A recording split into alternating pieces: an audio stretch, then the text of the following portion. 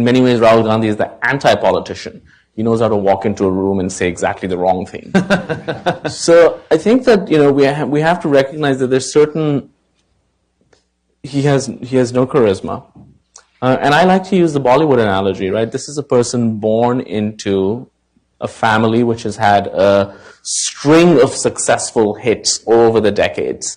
And he has been given every possible opportunity, every possible leg up. And here he is now, and he fails and he fails and he fails again. But there's this whole ecosystem around him, which first of all has very strong memories of the previous hits, and also has profited from the success of stars from the family.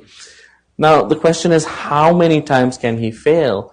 And I think he'll be allowed to keep trying until 2019. He has upped his game on social media. He's got whoever's doing the tweets is sort of...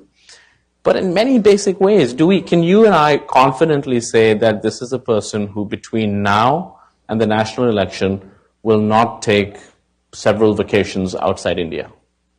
One. Do we know, and I got criticized for saying this because it sounded so trivial, but actually it's not trivial.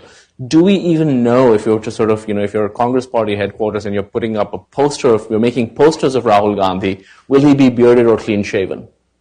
And there's no other major politician anywhere in the world about whom you ask these questions. And so in many ways his basic political game, I think is so flawed that if I had to, put money on this, I would say that he will never be Prime Minister of India.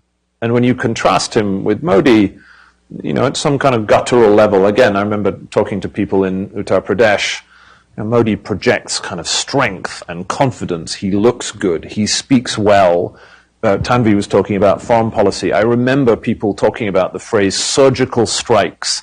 Modi was going to launch a surgical strike on something, poverty, lack of jobs, whatever it was. But that phrase, surgical strike, which came from